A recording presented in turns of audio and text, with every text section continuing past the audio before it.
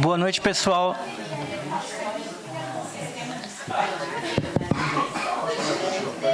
Isso.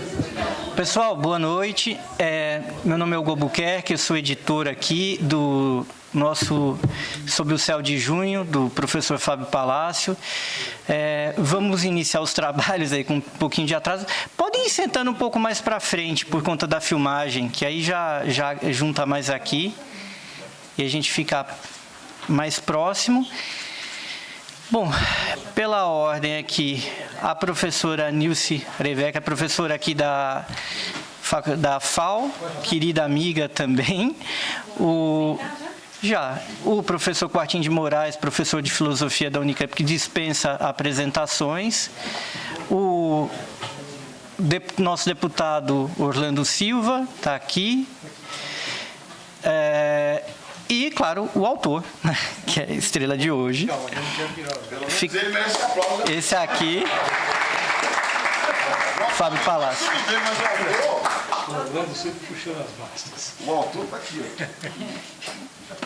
Eu aprendi que aplauso é assim, cara. Aplauso. Tem que puxar. Se alguém puxar, já era. E a gente vai iniciar, claro, com o Orlando aqui, deputado Orlando Silva, com a palavra.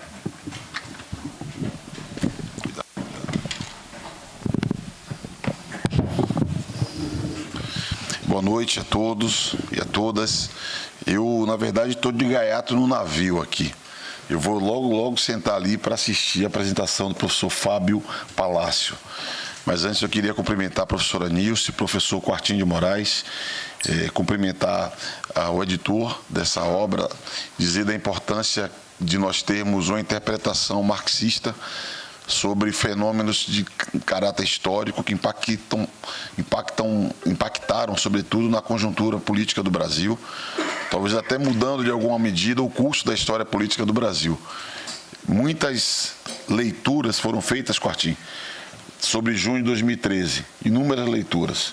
Inclusive aqui essa casa é a casa da Ângela Alonso, ela publicou um livro importante, eu considero 13, O Palco da Rua nos governos Lula e Dilma, tentando compreender as chaves que produziram aquele processo. É uma leitura também muito interessante, mas é fundamental uma análise materialista e que, na minha perspectiva, é o que o professor Fábio Palácio, e bem eu conheço, e nos conhecemos faz muito tempo, ele deve ter trilhado na construção dessa obra. Então, queria apenas dizer da alegria de poder testemunhar esse momento. Estava aqui do lado, na outra unidade da FEFELESTE, participando de um debate, mas quando soube do lançamento desse livro, fiz questão de vir aqui, também para dar um abraço no Fábio, que tive a honra de compartilhar experiências de militância comum. Faz tempo, né, mano? Deve ter já uns 30 anos atrás, a gente estava junto, caminhando nas universidades do Brasil, e para mim é motivo de muita satisfação e orgulho ver o Fábio brilhar intelectualmente, com a sua inquietude, com a sua originalidade típica dos intelectuais maranhenses, particularmente os ludovicenses, que tem traços muito peculiares na pena e no pensamento. Parabéns, Fábio. Agradeço o presente que você dá para quem tem interesse no Brasil e na luta pelo Brasil dos nossos sonhos. Muito obrigado.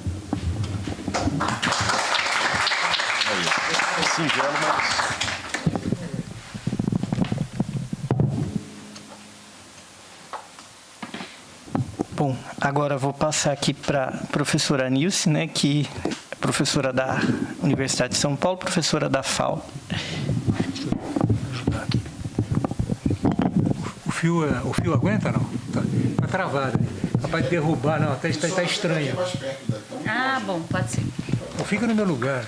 Fica aqui. Não, pode ser. Para ficar aqui embaixo, que eu não vou ficar ali atrás. Vamos pra cá.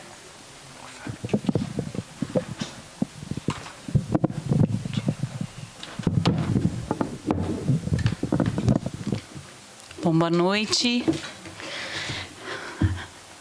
Gostaria de agradecer o convite do Fábio para compor essa mesa. Muito me alegra estar aqui ao lado do professor Quartim de Moraes, ter sido antecedida pela fala do Orlando, e o professor professor Quartim, que é uma grande referência, né, e que eu estou tendo a honra de conhecer nessa noite aqui. Então, só tenho a agradecer muitíssimo também, agradecer ao Hugo, que também está aqui representando a editora Autonomia, né? E o livro do Fábio, que, como Orlando falou, traz essa novidade, digamos assim, de enfrentar a partir das questões materiais mesmo, entender as dimensões simbólicas como parte dessas questões materiais, né, a partir das categorias raymondianas, sobretudo essa ideia das estruturas de sentimentos que faz parte das nossas elaborações todas e que nós necessitamos pensar sobre isso à medida que elas nos atravessam e fazem com que no tempo todo estejamos no limite da consciência que é possível construir sobre os acontecimentos dos quais participamos, né? E do ponto de vista do meu lugar especificamente, da arquitetura, do debate sobre a cidade, hoje mesmo tratava com o professor Fábio sobre essa ideia de direito à cidade, e em que medida essa ideia de direito à cidade acabou naturalizando formas de vida, reproduzindo culturalmente os grandes elementos hegemônicos que definem a nossa vida urbana, né? Essa forma de vida urbana hegemônica que se formalizou, sem que nos dessemos conta do quanto essa ideia de direito à cidade, ao ser naturalizada, ela acaba naturalizando a própria distinção entre cidade e campo, que está colocada como um elemento fundamental do próprio pensamento marxista, do próprio pensamento materialista, né? Então, aquilo que nós naturalizamos como uma luta progressista, o direito à circulação nas grandes metrópoles, o direito ao acesso aos elementos todos, aos espaços públicos, aos serviços públicos de uma maneira geral, eles são muito tratados no âmbito do consumo, sem que nós, né, e os movimentos públicos todos, os movimentos sociais todos, sobretudo esses que estiveram na base mesmo do evento de 2013, eles também vão tratar da própria vida na cidade a partir dessa dimensão do âmbito do consumo exclusivamente, sem, inclusive, as elaborações que foram feitas sobre isso, sem que nos dessemos conta do que estava em jogo do ponto de vista da disputa pelos recursos públicos, ao final das contas, né? E da relação que isso tem com a dimensão da própria produção e do trabalho no âmbito dessa produção, né? Então, como que a armadilha, no final das contas, da reprodução de culturas acaba trazendo elementos que embaçam o que significa nós lutarmos por essa ideia de lutarmos pelo direito à cidade da maneira com que isso se constituiu, né? Acho que o trabalho do Fábio traz a possibilidade para a gente avançar e repensar esse próprio conceito, de meu ponto de vista, né? E acho que o trabalho, sobretudo, ele tem a importância dele, do meu ponto de vista, é a coragem de, ao tratar a partir das categorias marxistas com os acontecimentos que foram dados ali naquele ambiente de 2013, o Fábio coloca uma interpretação que traz, sobretudo, uma coragem de confrontar o que foram os dois grandes antagonismos que se armaram em relação àqueles episódios, né? De um lado, a apologia aos próprios acontecimentos e, de outro lado, a recusa pelo que significavam aqueles acontecimentos, né? Ao colocar de uma maneira mais objetiva, tratando esses dados como os acontecimentos e buscando o que seriam as estruturas, né, por trás daqueles acontecimentos, as estruturas que envolvem as questões dos sentimentos, as questões que impulsionam os grandes encontros das chamadas multidões, né, tratar isso de uma maneira objetiva, a partir das categorias marxistas, permite o Fábio a lidar com esses dois grandes antagonismos, buscando algumas possibilidades de aproximação entre eles, né? Sobretudo pensando na dimensão da energia colocada pelo que é a vivência cotidiana imposta pela própria exploração do sistema neoliberal, e o que é a possibilidade de pensar sobre essa vivência e elaborar num sentido de construir possibilidades de futuro, para além da presentificação dessas vivências, desses cotidianos, né? E aí, desse ponto de vista mesmo, que eu busquei ali pensar alguns elementos que, pensando mais especificamente na questão da presença desses grandes contingentes populacionais nas cidades, como é que isso pode trazer elementos para pensar o que significaram do ponto de vista da luta mesmo, das disputas entre as frações de classe, das classes e entre as frações de classes no âmbito dessas cidades, né? Então, o que eu dizia para o Fábio hoje é que não dá para nós desconsiderarmos que, se de um lado, de fato, por exemplo, no que diz respeito especificamente à questão das obras da Copa do Mundo, né, que o Fábio trata diretamente num dos capítulos do livro, se de um lado, de fato, esses elementos colocavam, essas grandes obras colocavam a disputa em relação aos espaços da cidade,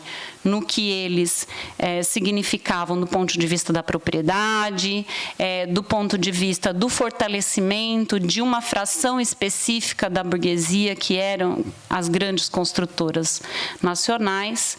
Por outro lado, esses grandes empreendimentos, somados ao Minha Casa Minha Vida, produziram uma condição, um momento único na história brasileira de pleno emprego, né? Foi essa investida do Estado a partir de um direcionamento específico para um setor da economia, que fortaleceu, de um lado, uma fração dessa classe burguesa, mas, por outro lado, também fortaleceu o trabalho ao construir uma situação exclusiva na história brasileira de um período muito específico de pleno emprego. E que, de meu ponto de vista, quando discutimos especificamente do ponto de vista do consumo, o que significa a dificuldade da circulação na cidade, deixamos de considerar o que eram os ganhos do ponto de vista do trabalho. Então, por isso, olhar para esse momento de junho, pensando de que maneira as disputas pela hegemonia, pelas consciências, pela construção ideológica que se arma naquele determinado momento histórico, a partir exclusivamente do que é a dimensão do consumo da cidade, embaça o que estava colocado como uma disputa real, que era uma possibilidade de fortalecimento do trabalho a partir dessa construção específica do pleno emprego, que colocava no horizonte disputas mais específicas em relação à própria pressão que, eventualmente, se nós pensarmos, né, as possibilidades que o Fábio coloca mesmo, da relação entre esse movimento de um sentimento específico desse momento, se ele tivesse sido mais diretamente relacionado com as formas de representação já consolidadas, já sedimentadas na sociedade, como sindicatos, os partidos políticos, etc., os ganhos em relação ao trabalho, né, aos trabalhadores, poderiam ter sido mais... a tensão desse ponto de vista, ela poderia ter sido muito mais efetiva do que ter como horizonte especificamente uma dimensão do que, obviamente, significa uma dificuldade da vida cotidiana, que é a circulação no âmbito da cidade, mas que, ao ser colocada nesse aspecto específico da luta no âmbito do consumo, acabou tensionando mais pelo lado das construções hegemônicas já estabelecidas, né? E fez a gente sofrer esse reverso conservador que vieram nos anos seguintes. Então, bom, eu fiz aqui uma fala meio desconexa, não sei se deu para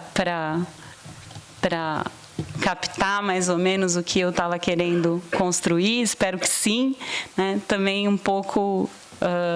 a partir da leitura que eu fiz do livro e, de novo, da alegria de ter sido aqui convidada para fazer essa contribuição e nos limites do que diz respeito à minha área especificamente, que é pensar a questão da cidade e como se dá o debate dos movimentos sociais urbanos, que, como eu dizia para o Fábio mais cedo, na maneira com que a própria intelectualidade vai lidando com esses movimentos nos últimos 20, 30 anos, a meu ver, naturaliza essa forma metropolitana que, de meu ponto de vista, é a grande geradora das assimetrias e que, do próprio ponto de vista do debate da intelectualidade no ambiente da arquitetura e do urbanismo, meus colegas aqui na FAUSP acabam se voltando muito especificamente para essas discussões do direito à cidade, do direito à habitação, e foi se abandonando ao longo desses 20, 30 anos o que era a reflexão crítica acerca dos próprios processos metropolitanos, né? E de pensar de que maneira o país poderia ser ocupado de uma maneira mais igualitária em termos territoriais, né? Então, essa concentração das riquezas e das pessoas no ambiente metropolitano, ela não era naturalizada quando um pensamento de um ponto de vista daquilo que se convencionou chamar de desenvolvimentista tinha como horizonte a distribuição mais igualitária da produção, do desenvolvimento industrial, mais relacionado, tentando romper com as grandes assimetrias que são provocadas pela própria separação entre a cidade e o campo, né? A metrópole se naturaliza da maneira com que ela com a reprodução das desigualdades no interior do próprio ambiente metropolitano, e a própria intelectualidade se relaciona diretamente com os anseios desses movimentos sociais, que, ao fim e ao cabo, têm como problema as suas necessidades imediatas, né? E nós abdicamos de pensar de que maneira os processos de desenvolvimento econômico poderiam ser pensados de um ponto de vista mais generalizado pelo território nacional como um todo, colocando, tensionando o que é o interesse específico da reprodução das rendas diferenciais que vão sendo reproduzidas em várias camadas, sobretudo nos grandes territórios metropolitanos, né? Então, também, assim, peço desculpas por essa fala meio desconexa, mas foi um pouco o que eu consegui pensar a partir do meu lugar especificamente, que pensa a cidade, que pensa a arquitetura, enfim, e como essas questões estão relacionadas com as dinâmicas econômicas, com a disputa pelos recursos públicos, com a luta de classes e com a relação direta também da disputa sobre as ideias, né? Da disputa de ideias. É isso, obrigada. Desculpa se eu me estendi demais.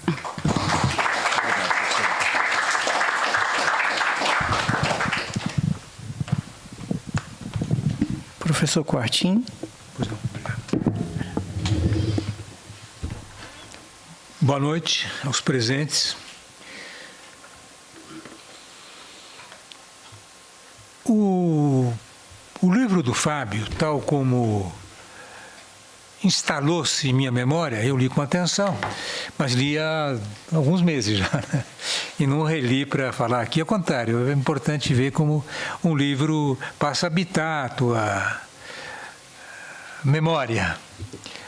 Mas, fundamentalmente, ele articula três questões diferentes. Uma é uma análise concreta de um processo concreto, aquele desencadeado no início de junho de 2013, sob o céu e mesmo sob o sol, né? Sob o sol e sob o céu de junho de 2013.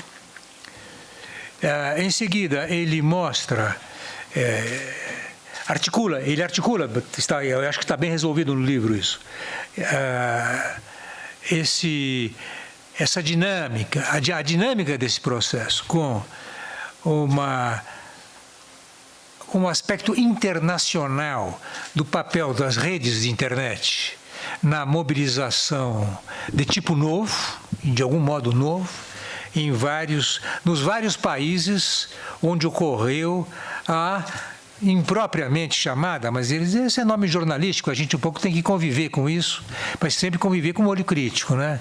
As primaveras, as revoluções coloridas, né? Só que as cores são meio sombrias. O desenho que essas sucessivas revoluções, que eu ponho aspas, muitas delas foram mesmo contra-revoluções, ou pelo menos revoltas que terminaram, para usar uma expressão de um grande marxista italiano, de um modo espasmódico. Foram revoltas espasmódicas, isto é, a contração, a expressão da insatisfação, da dureza da vida, da inconformidade com a miséria da existência, mas que justamente, até por ter um forte lado de espontâneo, não tão espontâneo quanto quiseram fazer crer, né? Porque a imprensa do capital sempre sugere que tudo é espontâneo, que aposta na mera aleatoriedade dos movimentos sociais. Esquece, ou não olha, né? Ou não põe em evidência que aquilo é o resultado histórico.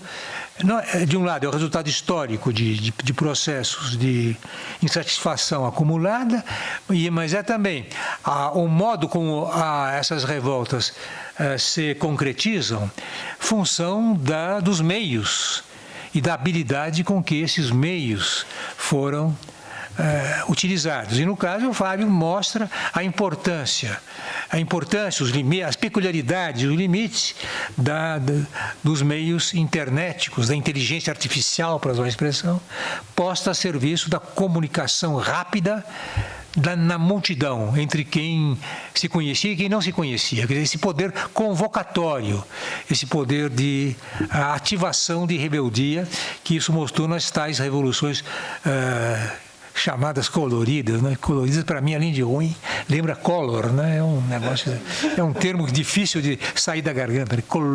Só que colorido do color tinha 2 L's, né? Aqui no caso é um L só. E, sobretudo no norte da África.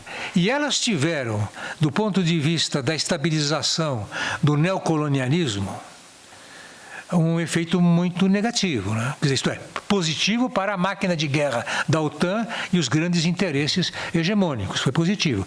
E, ao mesmo tempo, desvelou a crueza da dominação imperialista na sua forma neocolonial da maneira mais descarada, né? Na Líbia, por exemplo, chegaram lá e bombardearam e derrubaram, e foram entrando, né? Além das atrocidades que fizeram e de negócios pessoais que se fizeram à sombra da destruição do Estado líbio. O Sarkozy, que era presidente da França, devia muito dinheiro para o Gaddafi e encontrou aquele método notável de saldar uma dívida que é matar o credor, né? E certamente ele mandou um corpo de pistoleiros, de assassinos, de torturadores, que linchou, né? Participou do linchamento do Gaddafi, né?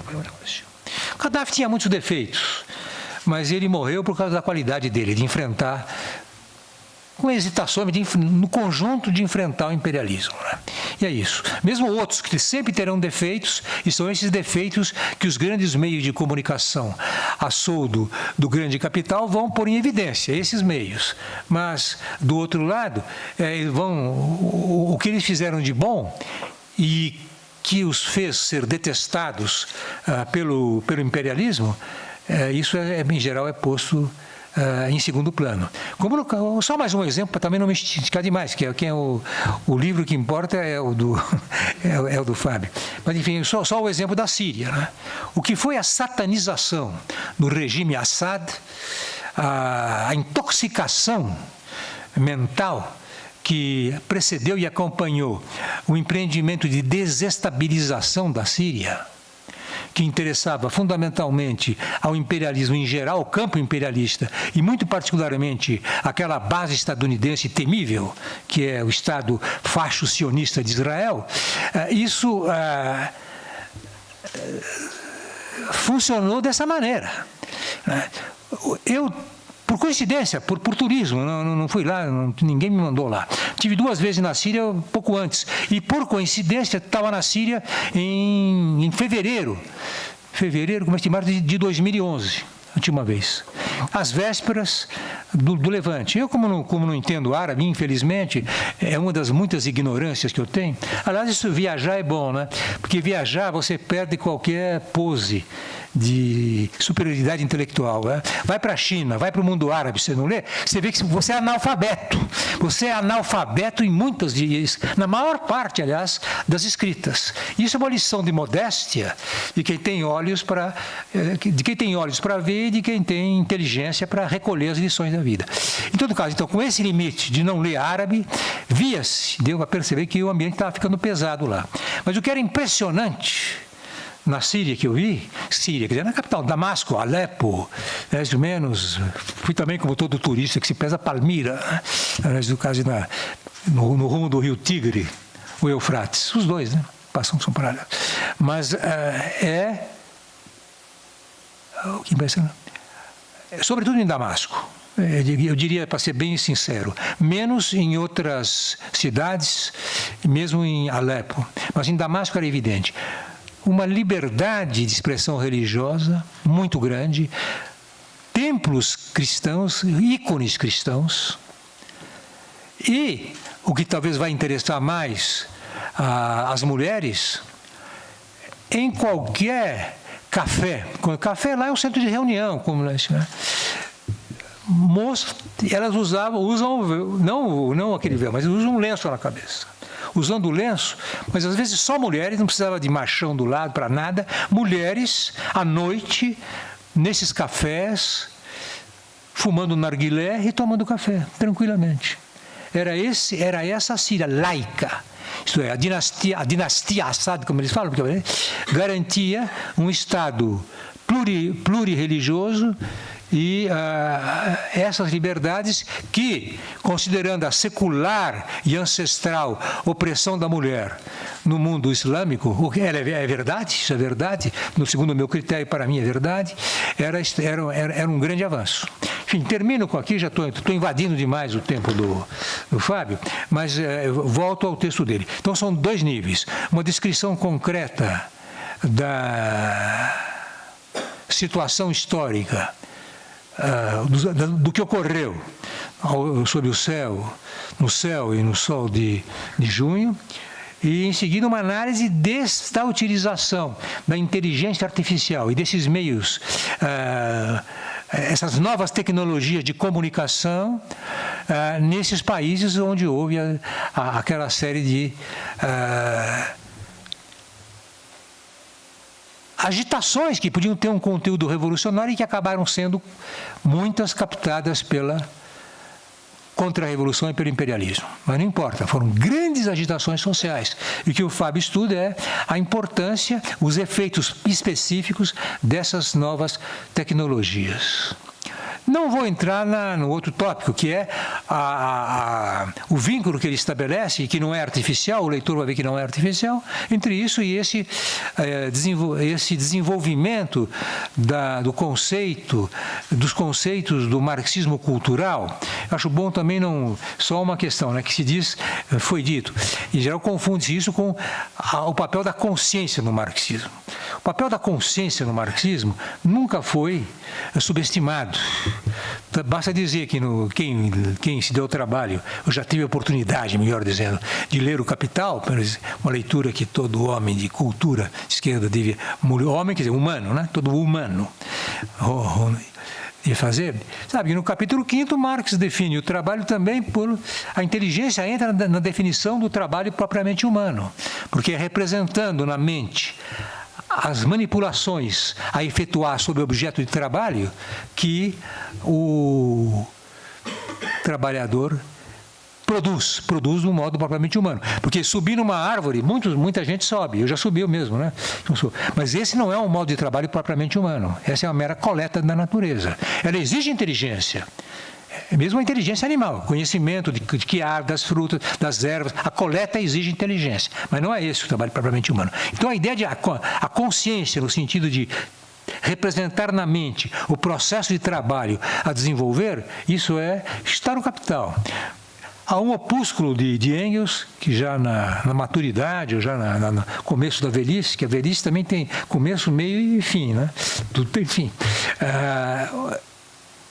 Que é um opúsculo que eu não canso de repetir, que todo mundo deveria ler, extraordinário. E mesmo no ambiente anticomunista, antimarxista da universidade estadunidense, em geral, houve autores como o grande biólogo Stephen Jay Gould, que elogiou abertamente, isso que é um grande trabalho, uma obra pioneira no estudo cultural da evolução, que é o papel do trabalho, no alemão, a parte do trabalho na humanização do macaco. Isso é um nome de macaco, né? No tornar-se homem do macaco, no alemão, né? Em 1870, quando ele escreveu, nos anos 70 do século XIX, a palavra dizia-se macaco. Na verdade, houve imensos progressos e, na verdade, o homem não é descendente do macaco. O macaco é um ramo da evolução a partir de ancestrais da ordem dos primatas. Mas, enfim, fecho aqui. De modo que a inovação... bom, e também tem uma interpretação do marxismo a qual que não me convence muito, ao contrário, que tem um cheirinho de idealismo, mas também o famoso História e Consciência de Classe, do Lukács, né? De modo que o que realmente me parece data vênia, mas você pode me desmentir tranquilamente, porque você conhece, eu estou arriscando aqui um terreno, estou mexendo com a fera aqui, né? Mas o estudo dos conceitos característicos da dimensão cultural da sociedade. Né? Não que o marxismo cultural citar aqui, já até citado demais, né? A importância que o Antônio Gramsci deu para a cultura, os escritos dele são centrados no efeito cultural. Então não é isso, não é tematizar colocar a cultura como tema que ele inovou. E é bom, aí eu prefiro até dizer, e fica assim, que há uma pergunta para o Fábio, né?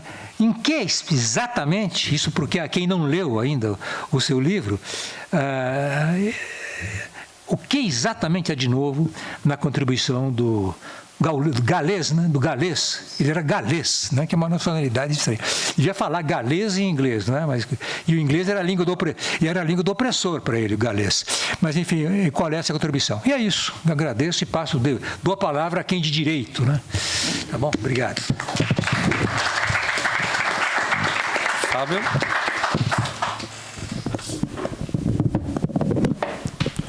Pessoal, vou pedir licença para falar de pé, seguindo um pouco uma certa tradição que é também a minha, né? No livro eu chego a dizer logo no início que eu não fui um mero observador das manifestações de 2013, eu não conheço as manifestações de 2013 apenas através das narrativas midiáticas, né? Eu tenho uma história de militância, né, que precede não, que se deu ao mesmo tempo que a construção da minha vida acadêmica, né? E essa militância também se deu em 2013, né? Eu estive lá, fui um partícipe dos acontecimentos, participei das manifestações, em particular aqui em São Paulo, e tenho absoluta certeza que isso faz diferença na minha escrita, né? O fato de ter convivido de perto com os acontecimentos, eu tenho certeza que acaba condicionando de muitas maneiras a minha escrita, e eu acredito que para o bem, né? Mais do que para o mal. Então, queria começar, ao dizer isso, também agradecendo a essa mesa aqui, né? Agradecer inicialmente aos meus editores, o Hugo Albuquerque, o Cauê, a Manuela Belloni, que são os editores da Autonomia Literária, e assim dizer da minha profunda gratidão, Hugo, porque vocês acreditaram, né, nesse trabalho, acreditaram na importância dele, né? E isso pode parecer trivial, mas não é, né? É um livro, eu concordo com o que a professora Nilce falou, é um livro que tem uma certa dose de coragem, porque eu enfrento também certas interpretações que estão bastante arraigadas, né, sobre 2013.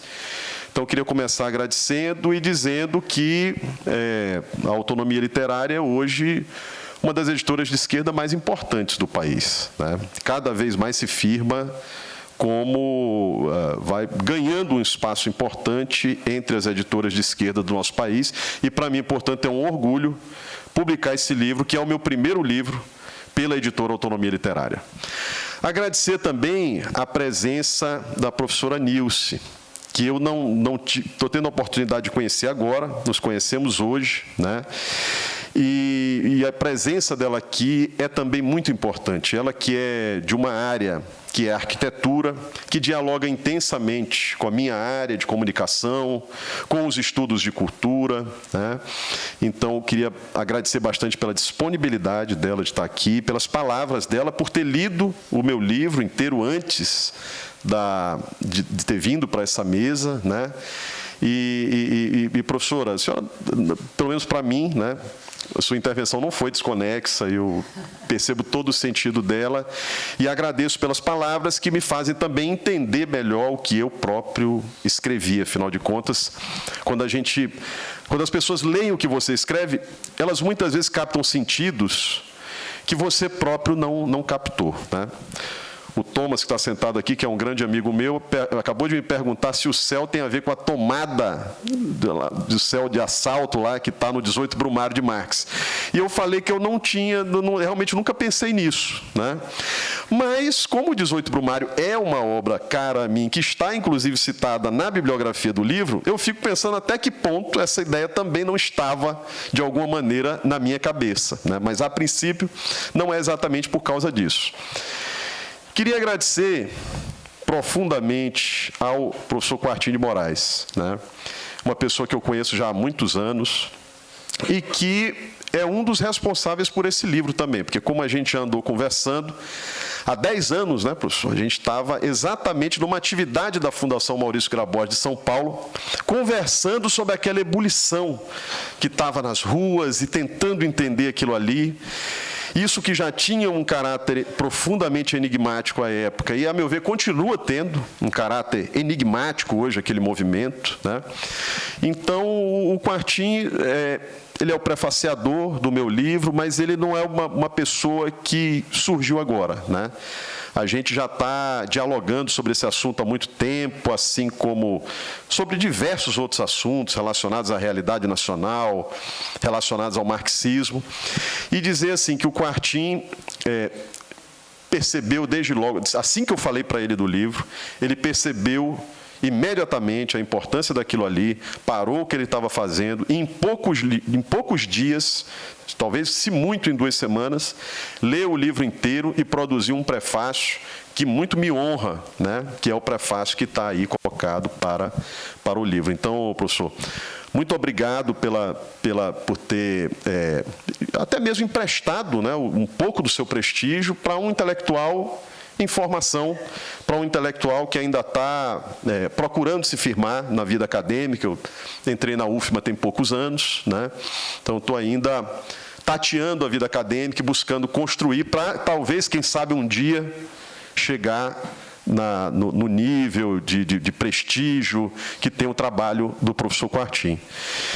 E queria, feitos esses agradecimentos, queria também dizer a vocês que, para mim, faz todo sentido lançar esse livro aqui onde nós estamos, na Universidade de São Paulo, na Faculdade de Filosofia, Letras e Ciências Humanas, porque foi aqui que tudo começou, né? Foi aqui que eu fiz meu doutorado, foi aqui que eu comecei a estudar o materialismo cultural. E eu queria também aproveitar para fazer mais um agradecimento a uma pessoa que, infelizmente, por motivos de saúde, não pôde estar aqui, que é o meu orientador de doutorado, professor Celso Frederico, que não é daqui da FEFELESH, ele é da ECA, é da Escola de Comunicações e Artes, mas é sociólogo de formação, é um cara que estudou muita filosofia também, tem livros importantes publicados sobre Lukács, sobre o jovem Marx, né? Tem um livro dele que é muito importante, como o Jovem Marx, e é uma pessoa também a quem eu tenho uma profunda gratidão. Infelizmente, ele ia, Quartim, redigir um outro prefácio para o livro, e estaria aqui também hoje, mas, infelizmente, um problema de saúde impediu que ele fizesse as duas coisas, um tratamento prolongado e tal.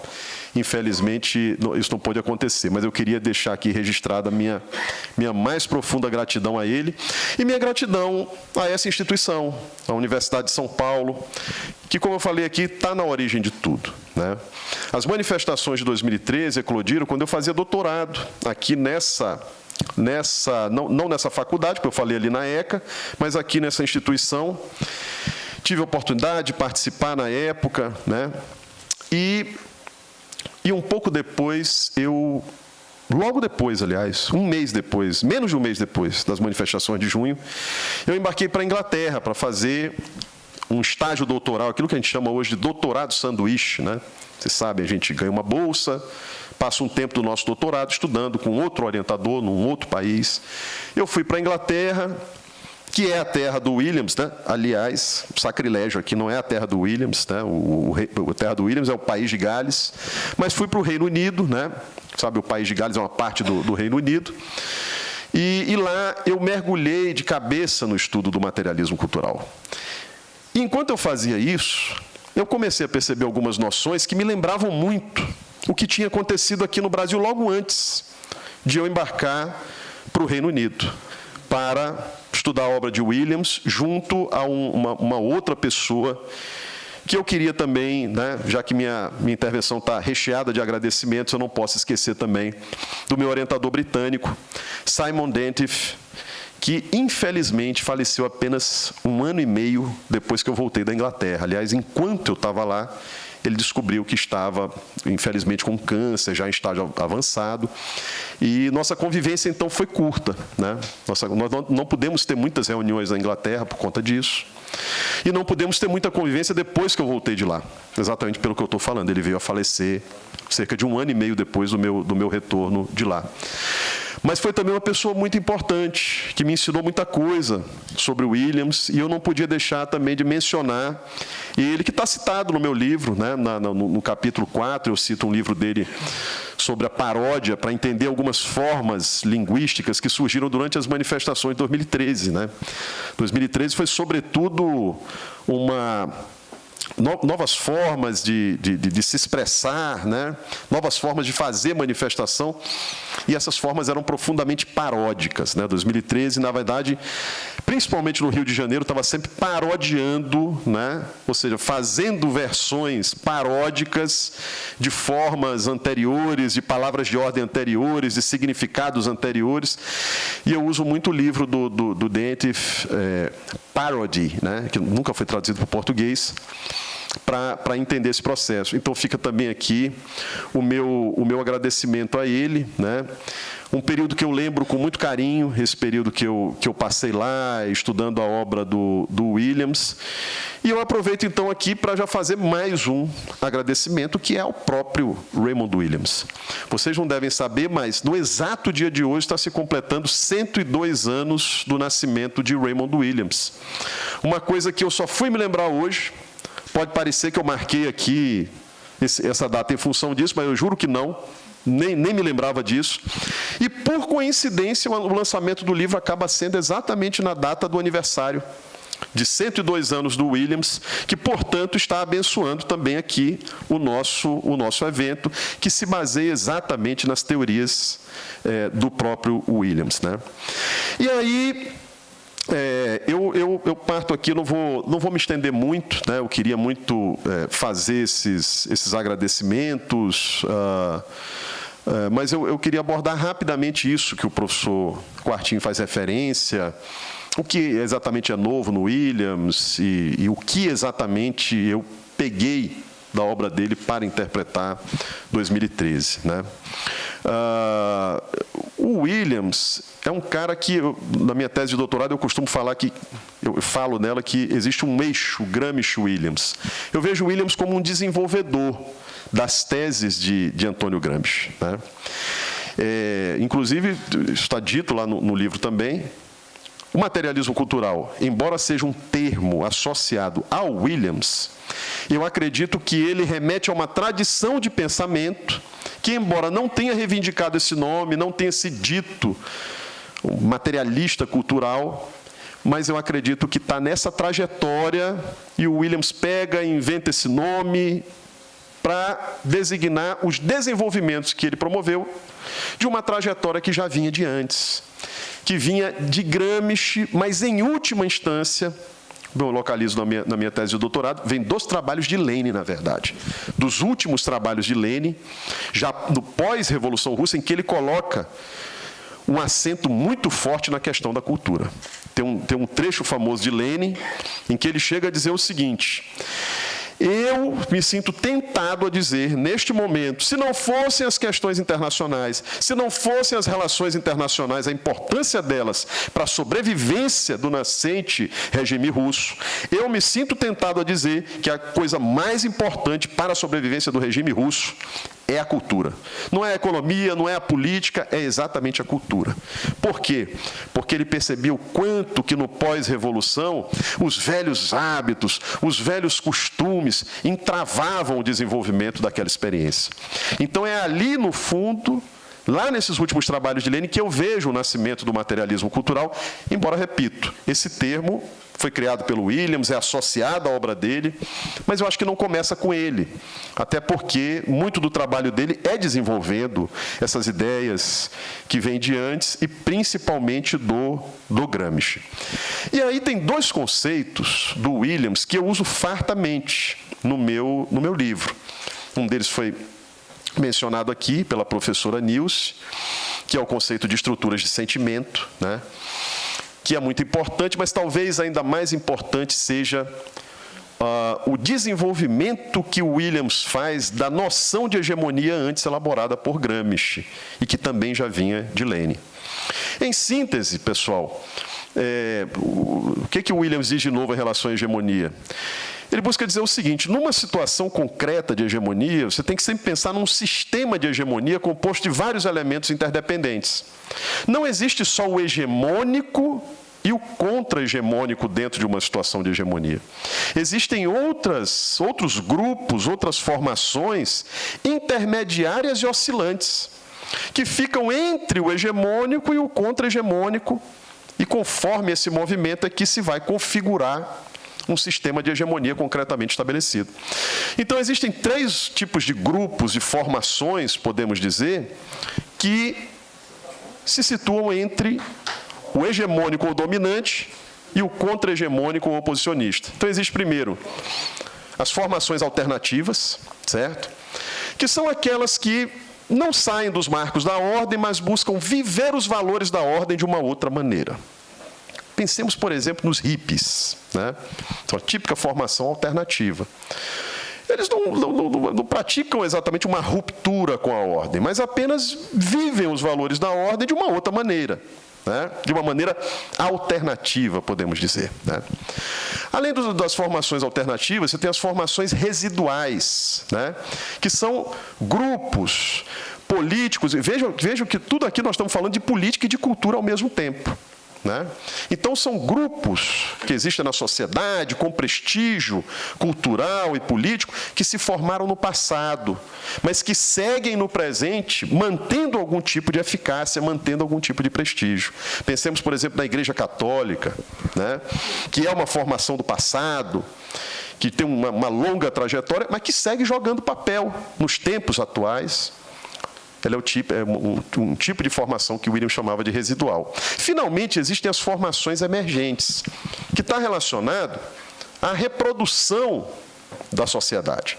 Vocês sabem que, assim como o indivíduo biológico, a sociedade também se reproduz, né?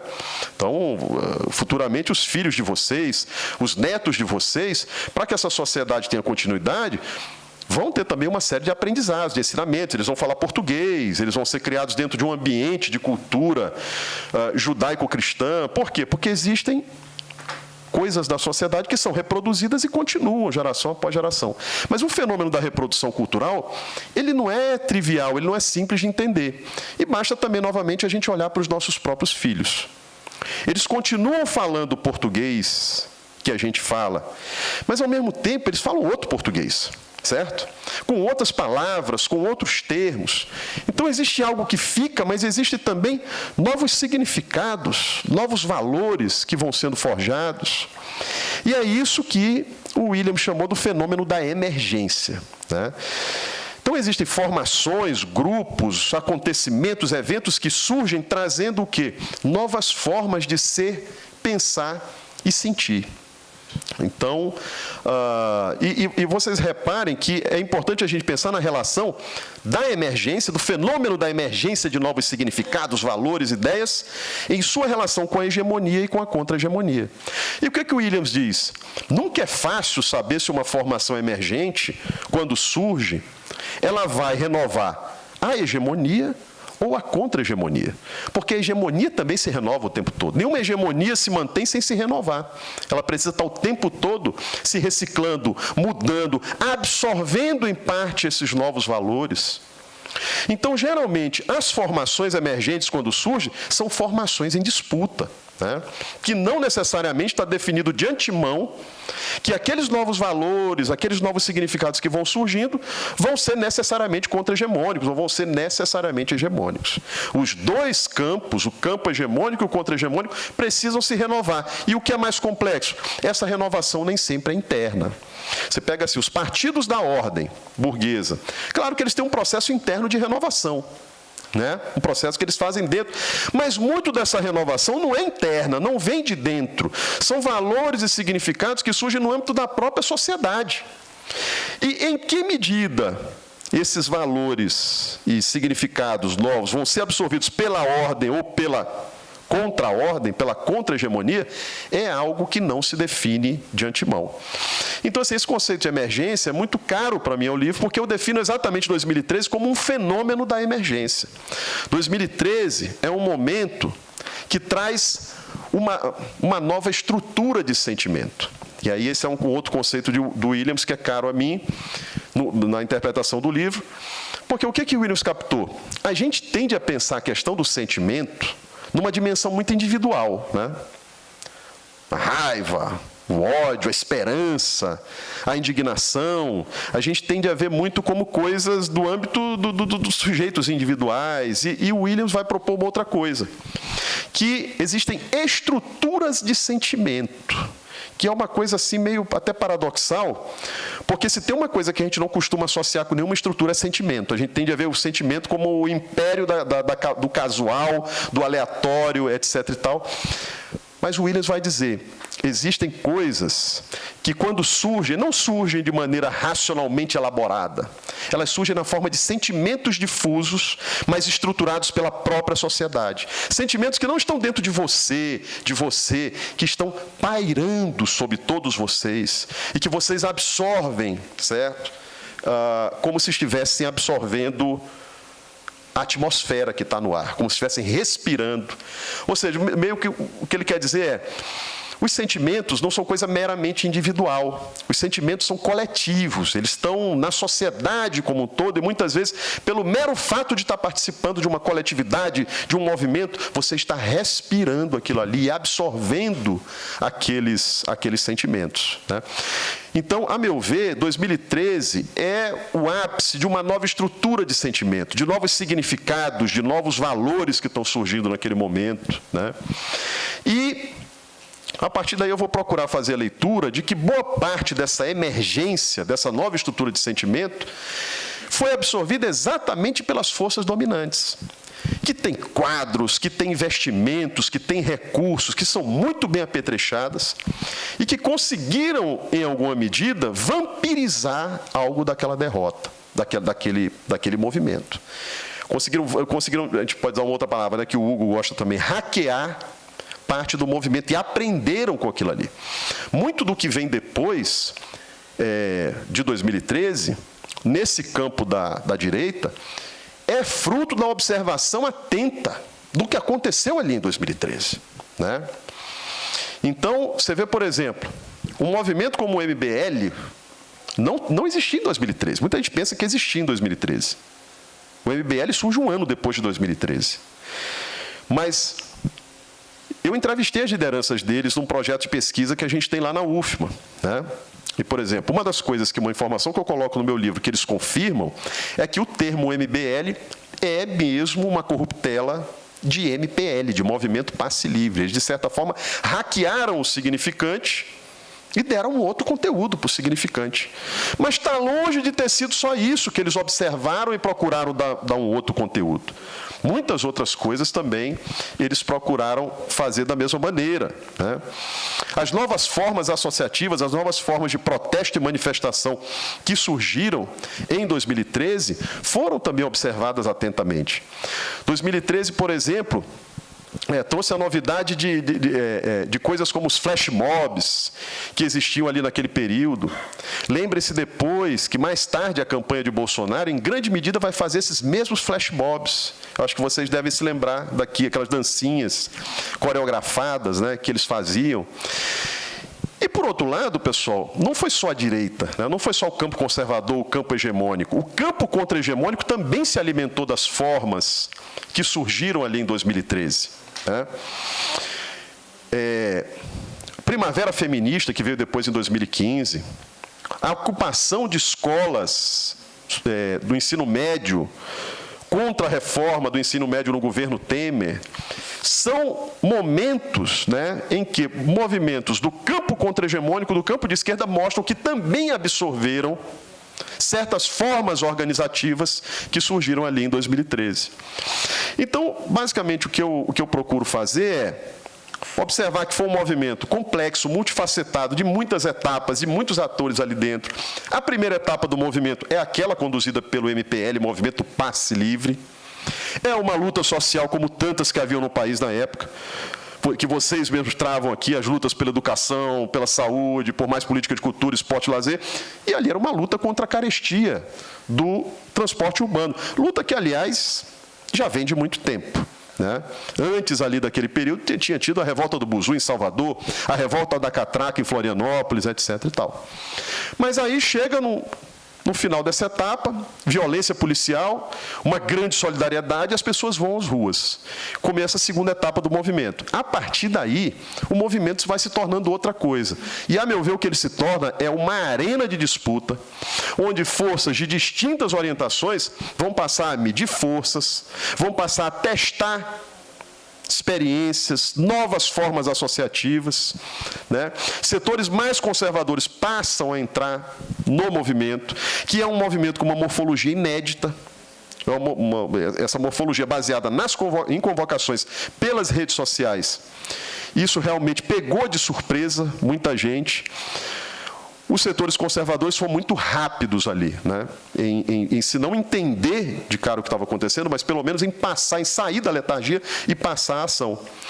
E uma coisa que a gente percebe, isso fica claro, da mudança de atitude que teve, que para mim fica muito bem materializada ali naquela mudança dos editoriais do Arnaldo Jabbour, né? Na Globo, em que ele começa atacando o movimento, depois muda e faz um outro editorial dizendo, não, eu estava errado, está legal esse movimento, vamos para a rua, pautando bandeiras, dizendo quais bandeiras o movimento devia assumir, né? E aí é importante dizer o seguinte, aquilo não é só a voz do Jabbour, aquilo é um setor, na verdade, da sociedade brasileira, um setor das elites dominantes, naturalmente tendo sua posição verbalizada pelo editorialista do Jornal da Globo. Então, a partir da segunda fase, aquilo se torna uma arena de disputa intensa, que quando chega ali em outubro, como eu defino no meu livro, a resultante, ela é confusa e pouco definida, a resultante ali no final, né? Mas essa resultante confusa e pouco definida acabou sendo uma coisa positiva para os setores conservadores, porque esse território das ruas era um território em que eles não conseguiam nada desde 64.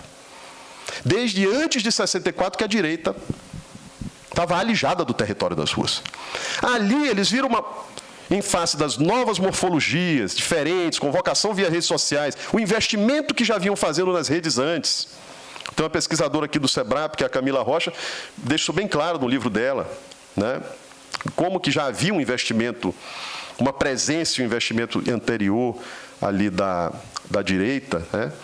E, a partir dali, eles veem, pelo menos, eles veem a possibilidade de disputar um território que, há muito tempo, eles estavam alijados ali do processo.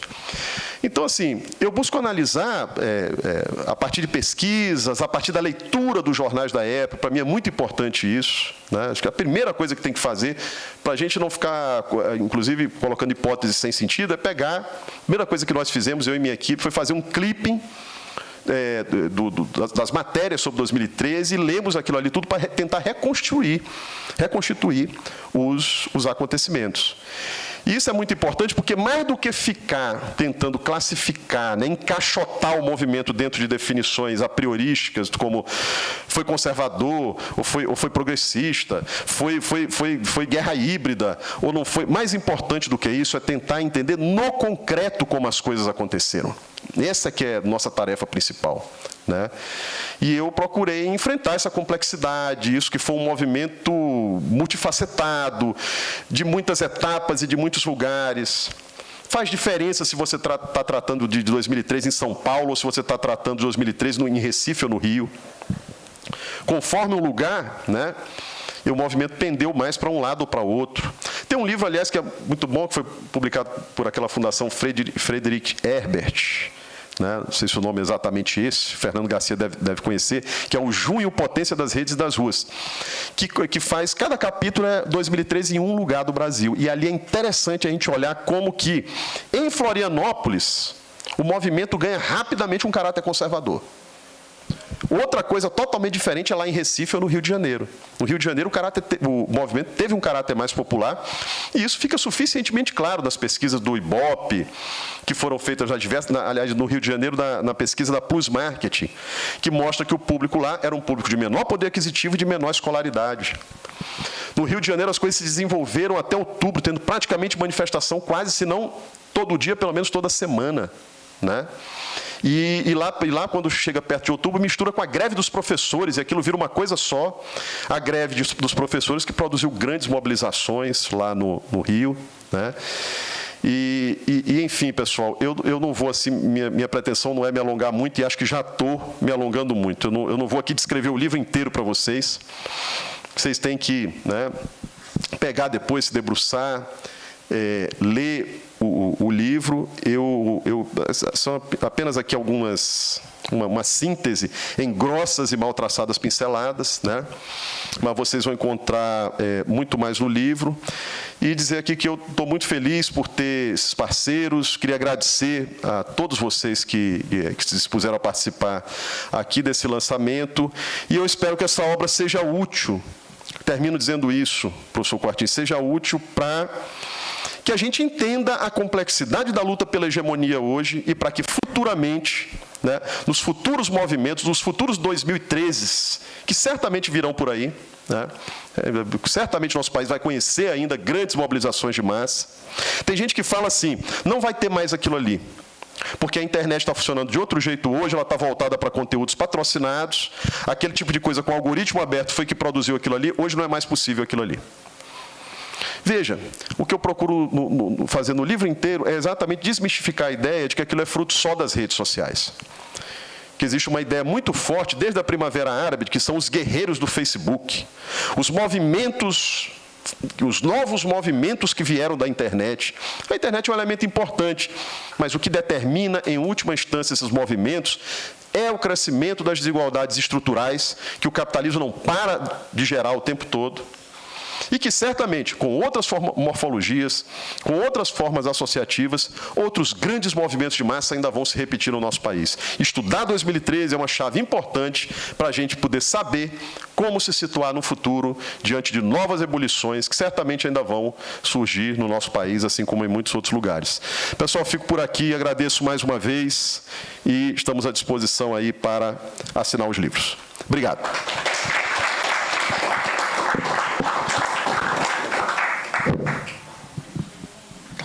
Pessoal, encerrar aqui os trabalhos. A gente tem os livros aqui na banquinha aqui no fim, com a dona Mica. E obrigado pela presença de vocês. O livro também pode ser adquirido pela internet, pelo nosso site autonomialiteraria.com.br e também vai estar nas melhores livrarias em breve. Tá bom? Obrigado pela presença de vocês. Foi muito bom aqui. Obrigado, Nilson. Obrigado, professor Quartim. Fábio aqui, de parabéns pelo livro. A gente sempre fica muito orgulhoso quando o livro nasce, né? E vem à tona. Tá bom, pessoal? Obrigado, boa noite. Também agradecer à Fundação Maurício Grabois.